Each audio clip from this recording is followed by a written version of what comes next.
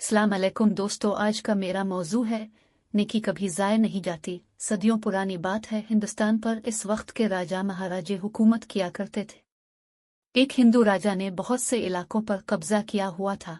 वो एक जालिम बादशाह था, बात बात पर वजीरों को कत्ल करवा दिया करता था।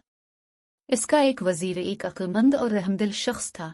वो रियाया से नेक सलूक करता था और उनकी मदद भी करता था। वो एक मर्तबा दरिया की दूसरी तरफ जाने के लिए दरिया पर पहुंचा तो उसने देखा कि एक मल्ला नई कश्ती लिए इसके इस्तकबाल के लिए मौजूद है।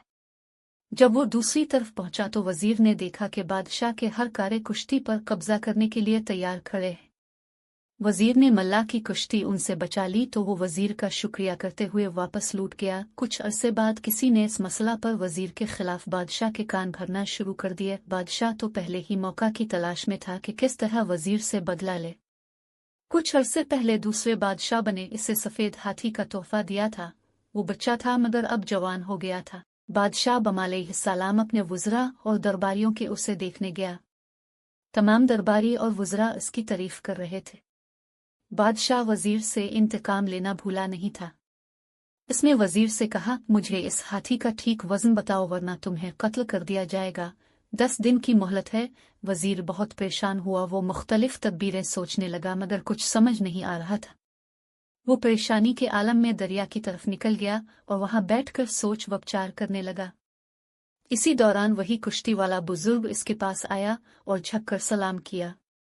वजीर को परेशान देखकर पूछा, वजीर मोहतरम, क्या बात है, आप परेशान लग रहे हैं?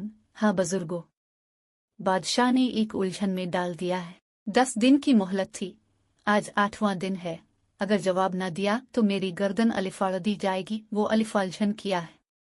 शायद मैं कुछ मदद कर सकूं। बात यह है कि बादशाह के पास एक सफेद हाथी है। वो इसका वजन बताने का कह रहा है, वरना मेरी गर्दन। ये तो कोई मसला ही नहीं है, चुटकी बजाते ही हल हो गया है। आपका मसला मेरी जान को बनी है, अब चुटकी बजाते मसला हल कर रहे हैं। वजीर ने हैरत से कहा, जी मोहतरम।